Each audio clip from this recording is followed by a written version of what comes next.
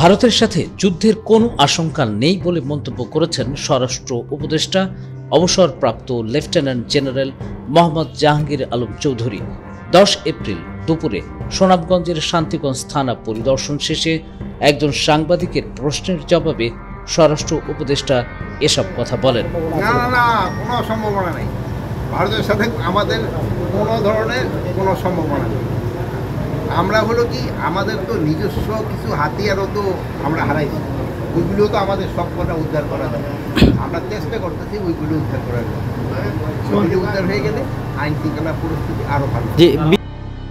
সাবেক প্রধানমন্ত্রী শেখ হাসিনাকে ফেরত আনা প্রসঙ্গে সেখানে আরেকজন সাংবাদিকের প্রশ্নের জবাবে স্বরাষ্ট্র উপদেষ্টা বলেন, ইতিবাচক বা নেতিবাচক স্বরাষ্ট্র দেখার জন্য আরেকটু কৃষি দেখার জন্য, ওইটা আপনারা জিজ্ঞেস করবেন ফরেন অ্যাডভাইজার ওখানে ইসের জন্য। সাথে আমাদের একটা চুক্তি আছে যে যদি ক্রিমিনালদের হ্যান্ড ওভার করার একটা চুক্তি আছে, আমাদের সাথে একটা চুক্তি আছে। এই চুক্তির আন্ডারে হয়তো আনার চেষ্টা করা হবে। দেশে মব সৃষ্টি নিয়ে আরেক প্রশ্নের জবাব দেন স্বরাষ্ট্র উপদেষ্টা। তিনি বলেন, কিছু ঘটবে, বাট আমরা এটার ব্যবস্থা প্রতিকার নিচ্ছি না। আমরা দেখেন কি যেই জায়গায় ঘটনা ঘটছে, যারাই অপকর্মটা করছে তাদের কিন্তু আমরা আইনের আওতায় নিয়ে আসছি, এবং ভবিষ্যতে যদি তারা কেউ এরকম করতে যায় তারা আমরা আইনের আওতায় নিয়ে আসছি। পুলিশের ডিসিপ্লিন নিয়ে জাহাঙ্গীর আলম চৌধুরী বলেন, খালি আমরা তো পুলিশের দোষ দেন, এই যে আপনাকেও দেখেন এই ডিসিপ্লিন নিজেকে রেডি করতে কি ঝামেলা হয়েছে। পুরা দেশের পুরা থানার ডিসিপ্লিন রাখতে গেলে যে আমাদের কি ধরনের সমস্যা হয় আপনারা নিজেরা বুঝতে পারেন। এই যে আপনারা থামাচ্ছেন আগাইতেছেন, এটাই সময় যায় আমাদের পুরা দেশ দিয়ে দেখতে গেলে কিন্তু এই অবস্থা। থানা মসজিদের, তারপরে এই যে কমিশনারদের সাথে ডিসি সাহেবদের ঝামেলা।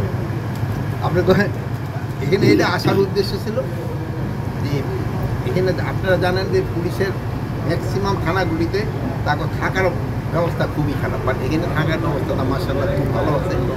খাওয়ার ব্যবস্থাটা একটু ভালো, কিন্তু এখানে আবার খাওয়ার খরচটা কম্পারেটিভলি একটু বেশি। বাট এই এলাকায় যেহেতু মাছ টাছ বেশি হয়, এই জন্য খাওয়ার খরচটা একটু কম হওয়া দরকার। শান্তিগঞ্জ থানায় অশান্তি হচ্ছে জানিয়ে প্রশ্ন করা হলে উপদেষ্টা বলেন,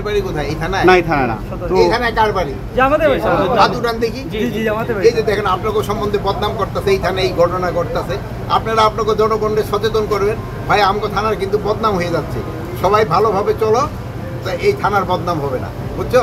অন্যান্য লোক আইসা এই বদনাম এখন এই শুধু তো এইটার কাজ আইন শৃঙ্খলা বাহিনী পাবে না, জনগণকে কিন্তু সচেতন না। প্রত্যেক গ্রামে গ্রামে দেশীয় অস্ত্রগুলো পাওয়া যায়, মারামারি হলেই সেগুলো বের হয়। এগুলো উদ্ধার করা খুব জরুরি। দেশে তো এখন আমি ধান কাটতে আসছি, আমার তো একটা কাঁচি দিব কাটার জন্য, ওইটাও কিন্তু একটা অস্ত্র, কিন্তু আমার তো ওই কাঁচিটা নিয়ে আসো তো কৃষক তো ধান কাটতে পারবো। টেটা তো শুধু মারামারি দিকে আছে, আগে কিন্তু টেটারা কিন্তু দিয়া ওই মাছও ধরতো। আপনাদের এলাকায় তো মাছ বেশি হয়, আগ্নেয়াস্ত্র ইউজ হয় দিরাইতে।